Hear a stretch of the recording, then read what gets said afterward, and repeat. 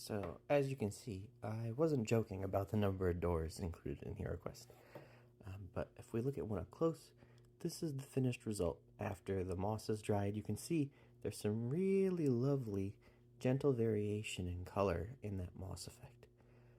I would still recommend that these get a matte varnish, but if you put these on the table, I can't think of anybody who'd be upset to see them and wonder what's going on in this dungeon.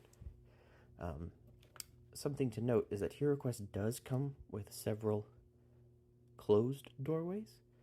This is all the same techniques, except for the door panel itself.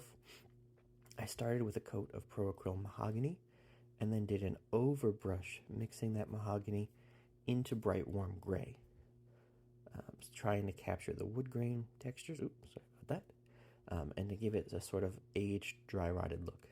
Once that was dry, I did a dark steel metal color on all of the hardware, and then a bright silver on just the top facing edges.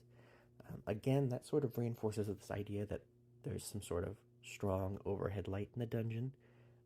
That may not be what you envision your setting to be like, but it does add a lot of visual interest from far away, and it gives it this sense of, okay, even if the light isn't realistic, this is a dimensional object. It has light and shadows. And it's something we can do quickly without worrying about the individual sources of light scattered throughout the dungeon at different heights. So that's it for HeroQuest doors. Thanks for joining me on this, and we'll move on to more HeroQuest here in the future. Thank you.